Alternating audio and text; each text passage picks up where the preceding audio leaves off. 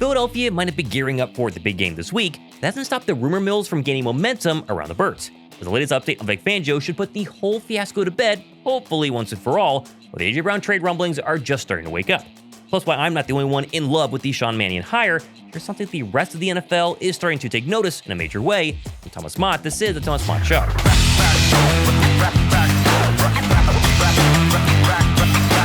Super Bowl week, when your team is not actually gearing up for the big game, yes, it's depressing, but it also is one of the more interesting and rumor-filled weeks the entire month of February.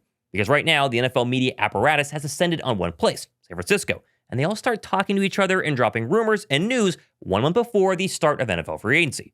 Sure enough, this week, we did get some updates and hints on A.J. Brown and Vic Fangio. We also heard from key voices outside Philadelphia who are raving about their new offensive hire. Trust me when I say the Birds' new offense is front and center for the entire NFL right now, and I think they're a little bit scared. First, though, how about a second chance to enter the Wave 1 Sports Birds Apparel Hoodie giveaway? See, I'm wearing the gray one right here with the green hand-stitched logo on the front. You want to win this bad boy, or one of the other colors of this bad boy, drop a like on today's video, comment down below, and why don't you comment the first big free agent move you want the Eagles to make when they're announced on my next video, sometime probably this weekend, Friday or Saturday, so stay tuned to see if you won. Oh, and yes, if you want the discount code 10% off, use code Mott at checkout. That is available until the end of the week, so jump in on the discount code. All linked down below. Grab a hoodie. Also helps the channel out as well. Okay, now first things first, on my last show, I did explain how Vic Fangio reportedly retired after the loss to the 49ers, but then the Birds were able to convince him technically to come back. However, his status as of Monday for 2026 was still very much up in the air. But now, according to this tweet from PHLY's EJ Smith, Fangio did seriously entertain retiring as recently as last week. That's nuts. My understanding, though, is that's no longer the case, and the Eagles are confident in his return at this point after much persuasion.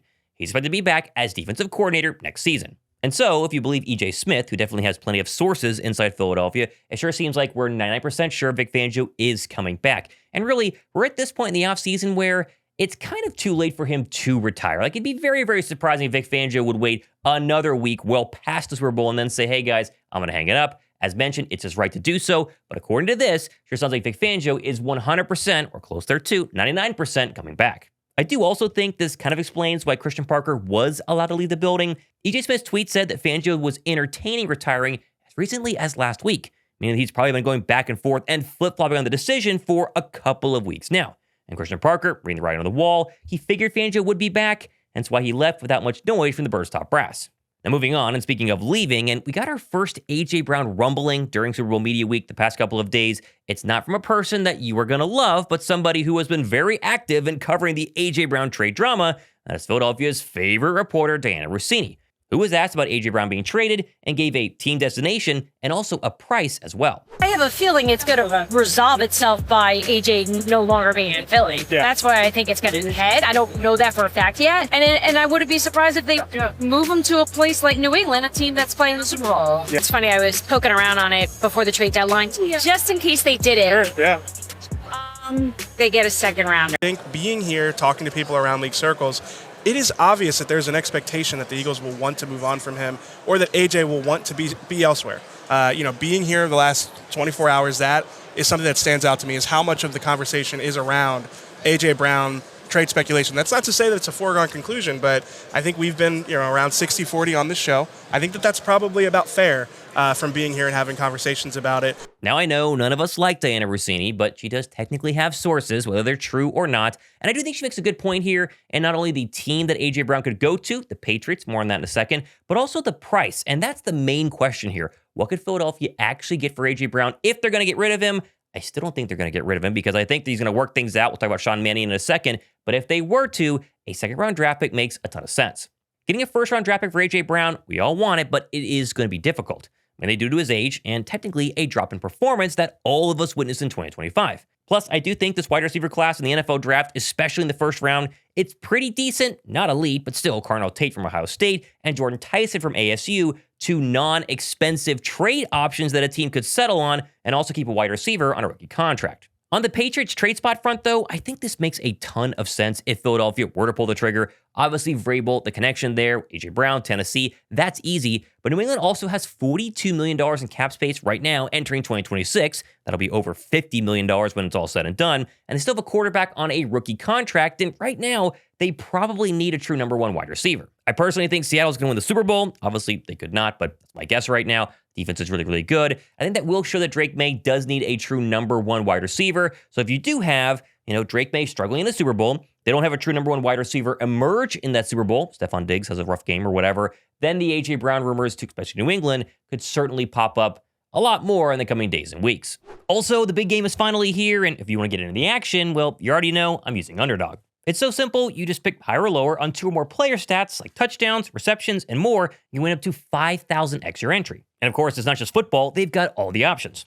And for the big game, Underdog's hooking it up with a big reveal. Just choose your player and see if you get a gimme pick.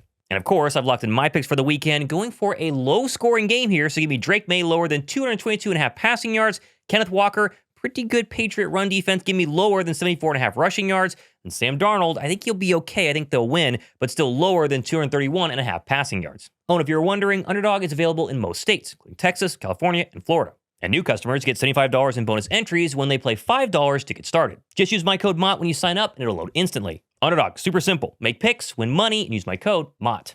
Still though, I've said for a week plus now, my guess is once A.J. Brown took some time away from the team, settled down, and then eventually gets to meet new offensive coordinator Sean Mannion to see the Birds' fresh scheme, I personally would think he would want to stay with the best-run organization in the NFC and see what the Birds can do in 2026.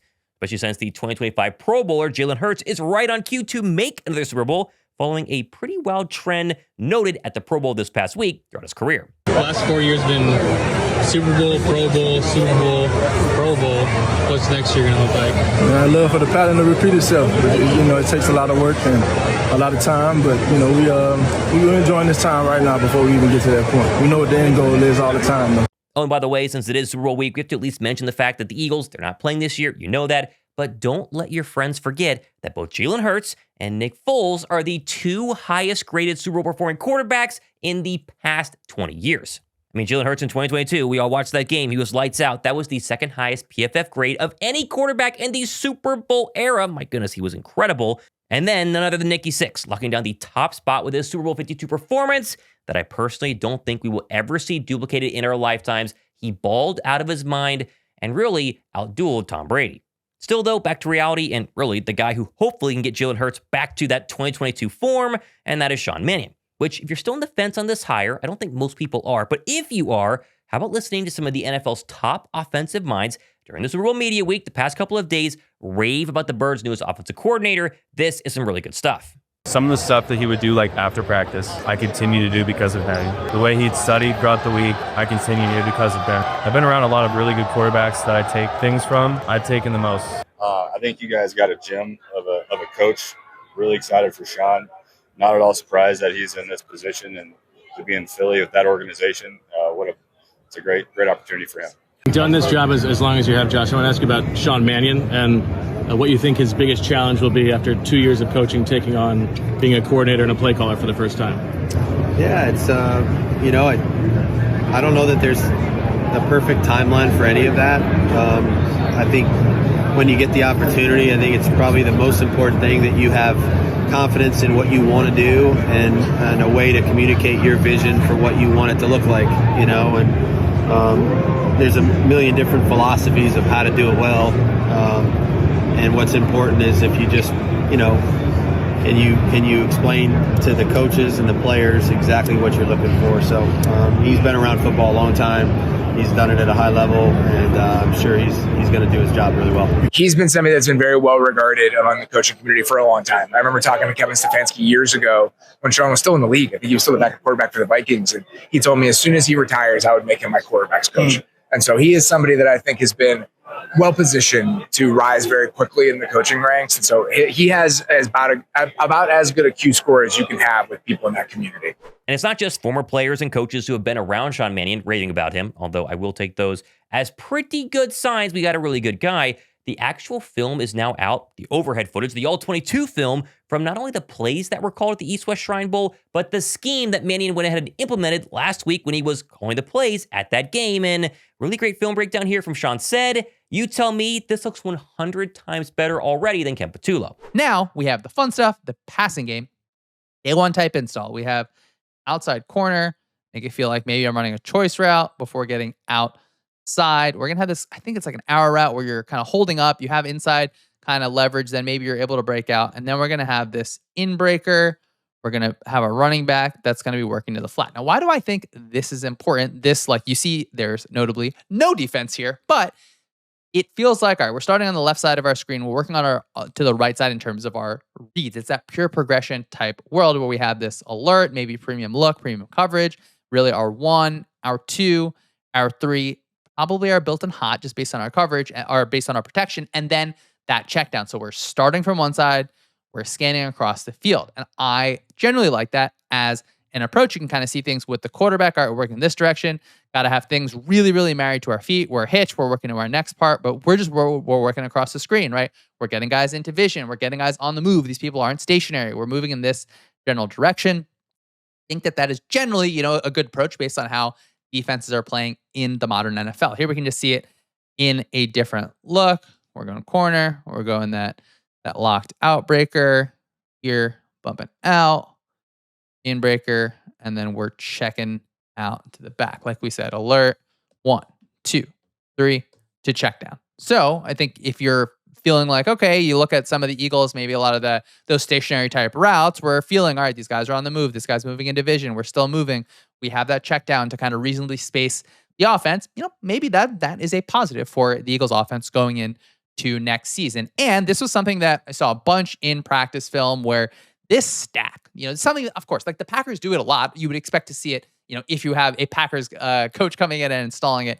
But you could imagine DeVonta Smith being in this spot where, you're kind of following that front of the stack player. On this one, he's just going to end up breaking out. He's going to end up open on that goal line area. You picture DeVonta Smith in that world. And remember, that's just the East-West Shrine Bowl, so it's the most basic of possible installs on offense as they come.